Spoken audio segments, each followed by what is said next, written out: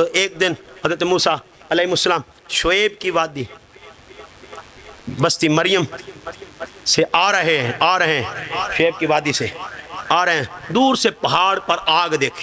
دیکھی تو دوستان گرامی قدر آپ آگے بڑھے، کیا آگ حاصل کرتا ہوں، تو دوستان گرامی قدر جب آگے بڑھے پروردگار نے آواز دی، موسیٰ تمہارا خدا بول رہا ہوں، موسیٰ آ جاؤ تمہارا خدا بول رہا ہوں، جاؤ اذهب الى فرعون انه طغى، جائیے فرعون کی طرف، اس نے نعرہ لگا دیا انا ربکم الاعلی، میں سب سے بڑا رب ہوں، جائیے موسیٰ اذهب الى فرعون انه طغى، وہ بڑا سرکش ہو گیا، بھٹک گیا ہے، جائیے اسے لگام ڈالیے، قال رب اشرح لی صدری ویسر لی امری واحلل عقدۃ من لسانی یفقہوا قولی واجعل لی وزیرا من اہلی ہارون اخی، جاؤ موسیٰ، گئے نہیں،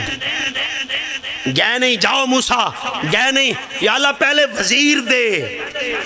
وزیر دے، تو دوستان گرامی قدر تفصیلی واقعات ہے، ڈسکس نہیں کرتا، اب مقصود نہیں ہے، دوستان گرامی قدر حضرت موسیٰ علیہ السلام اور حضرت ہارون گئے، جب دربار فرعون میں گئے، فَأَلْقَوْا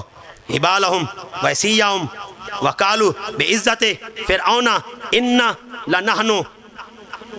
غالبون، دوستان گرامی قدر تو انہوں نے اپنی رسیاں ڈالیں، چھڑیاں ڈالیں اور انہوں نے آواز دی، وَقَالُوا بِعِزَّتِ فِرْعَوْنَ إِنَّا لَنَحْنُ الْغَالِبُونَ، ہم ہی غالب آئیں گے، ہم ہی، قسم ہے فرعون کی عزت کی، قسم ہے ہم ہی غالب آئیں گے، فَأَلْقَى مُوسَىٰ عَصَاهُ، پس موسیٰ نے اپنا عصا ڈال دیا،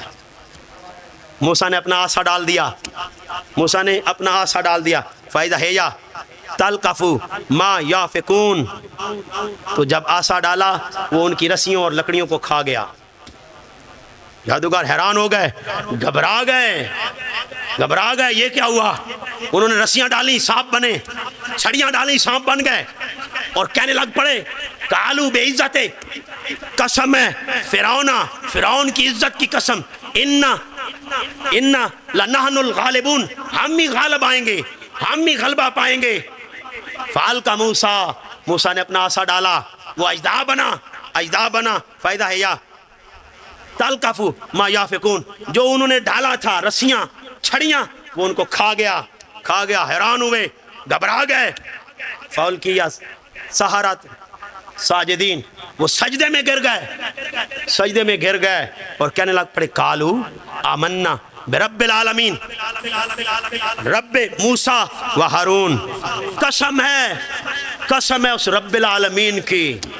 قسم ہے اس رب کی جو عالمین کا ہے، دوستان گرامی قدر، فَأُلْقِيَ السَّحَرَةُ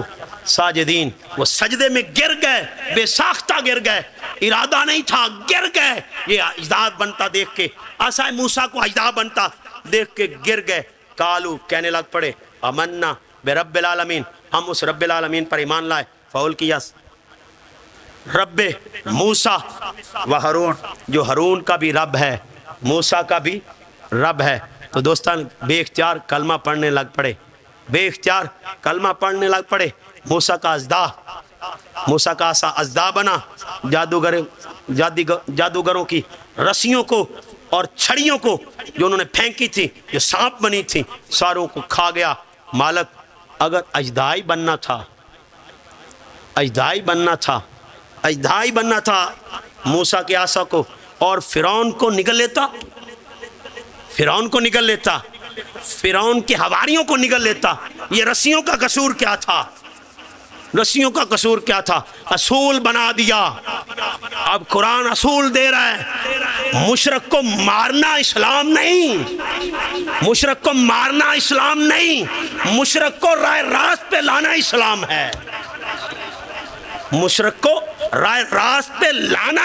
ہے، اسلام یہ فلسفہ نہیں دیتا کہ مشرک کو مارا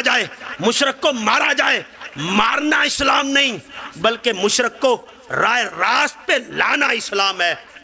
رائے راست پہ۔ اب پھینکی رسیاں، پھینکی چھڑیاں، پھینکی رسیاں، تو دوستان گرامی قدر فعل کا موسا عصاہو، موسیٰ نے اپنا عصا ڈالا، وہ اژدہا بنا، فائدہ ہے یا تلقفو ما یافکون، وہ ان کی چھڑیوں کو رسیوں کو کھا گیا، فألقی السحرۃ ساجدین، اب وہ دیکھ کر یہ ماحول، دیکھ کر ماحول سجدے میں گر گئے، قالوا آمنا برب العالمین، رب موسیٰ و ہارون، ہارون کے رب کو مان گئے، ہارون اور موسیٰ کے رب کے گواہی دے گئے، کلمہ پڑھ لیا، کلمہ حق پہ آ گئے۔ تو دوستان گرامی قدر ذہن نشین کر لیں، ذہن نشین کر لیں، اصل جھگڑا فرعون سے نہیں، فرعون سے نہیں، اس کے مشرکانہ حرکات سے ہے۔ آؤ دوستان گرامی قدر، جھگڑا تو یہاں دوستان گرامی قدر یہ تھا کہ فرعون نے دعویٰ کیا انا ربکم الاعلیٰ، فرعون کا دعویٰ تھا، اس پر اللہ نے موسیٰ کو کہا اذهب الی فرعون انہ طغی، جائیے موسیٰ فرعون کی طرف، وہ سرکش ہو گیا، اس کی سرکشی کو روکیے، مارنا نہیں، سرکشی کو روکیے، اس کی طاغوتی کو روکو، اس کی طغیان کو روکو، اس کے نفس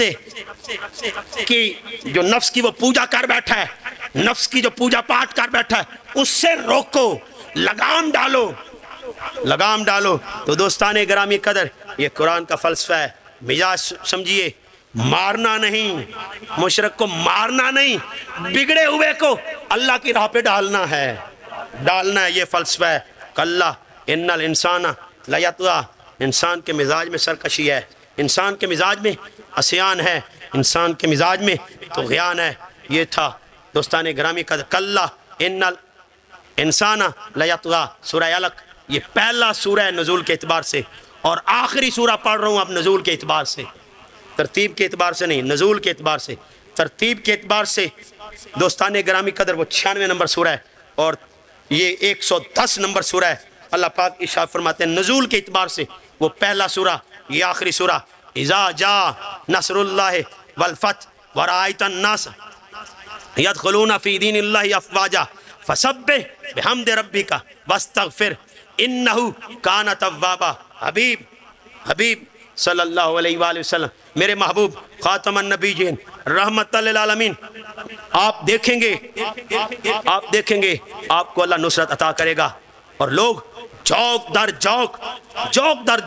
آپ کی طرف راغب ہوں گے، اسلام میں داخل ہوں گے، اسلام میں یدخلون فی دین اللہ افواجا، اللہ کے دین کی طرف فوج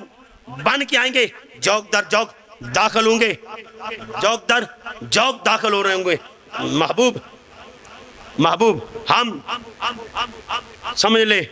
اب آپ کو ہم نے دنیا میں بڑائی دی، حکومت دی، طاقت دی، حکومت دی، طاقت دی، آخرت کے اعتبار سے تو آپ ہیں ہی بڑے، اب دنیاوی اعتبار سے بھی آپ بڑے ہیں، طاقت دی۔ محبوب فسبح بحمد ربک، اپنے رب کی بے عیبی کا اعلان کریے، اپنے رب کی تسبیحات کیجئے اور اس کی بے عیبی کا اعلان کیجئے، اکڑنا نہیں، غرور گھمنڈ نہیں، یہ محبوب کو پیغام ہے۔ فسبح بحمد، لوگ جب چوک در چوک آ رہے ہوں انہیں غلام نہیں بنانا، میرے نبی جب والی مکہ بنے تو دوستان گرامی قدر آپ نے عام معافی کا اعلان کر دیا، عام معافی کا اعلان کر دیا۔ ابو لہب کے بیٹے ڈر گئے، ہمارا کیا بنے گا، ہم کہاں جائیں گے، ہم سے بدلہ لیں گے، وہ غلاف کعبہ میں چھپ گئے، میرے آقا گئے پاس سے بازو پکڑ کے نکال کے کہا جاؤ میں نے تجھے بھی معاف کیا۔ آؤ دوستان گرامی قدر، محبوب اب اکڑ کو لوگوں کو بتا دے، جب حکومت آ جائے، جب طاقت آ جائے، جب امارت آ جائے، جب دولت آ جائے، جب کوئی منصب مل جائے، جب کوئی وجاہت مل جائے، جب کوئی تجھے عظمت مل جائے، اکڑنا نہیں، یہ بتا دے لوگوں کو، یہ بتا دے اپنے عمل سے، یہ بتا دے محبوب اپنے کردار سے، بتا دے میرے محبوب صلی اللہ علیہ وآلہ وسلم، یہ پیغام پہنچا دے اپنے کردار سے۔ میرے نبی نے 2 طریق سے اللہ کا پیغام پہنچایا، زبان کے انداز سے، کردار کے انداز سے۔ تو دوستان گرامی قدر کردار سے یہ پیغام پہنچا دے لوگوں کو، جب طاقت آ جائے، جب دولت آ جائے، جب کوئی منصب مل جائے، جب کوئی قدرت آ جائے، جب حکومت مل جائے، اکڑنا نہیں، گمان نہیں کرنا. فسبح بحمد ربک واستغفر، ہمیشہ اس کی بے عیبی کا اعلان کرتے رہنا ہے، اس کی بے عیبی کا اعلان کرتے رہنا ہے.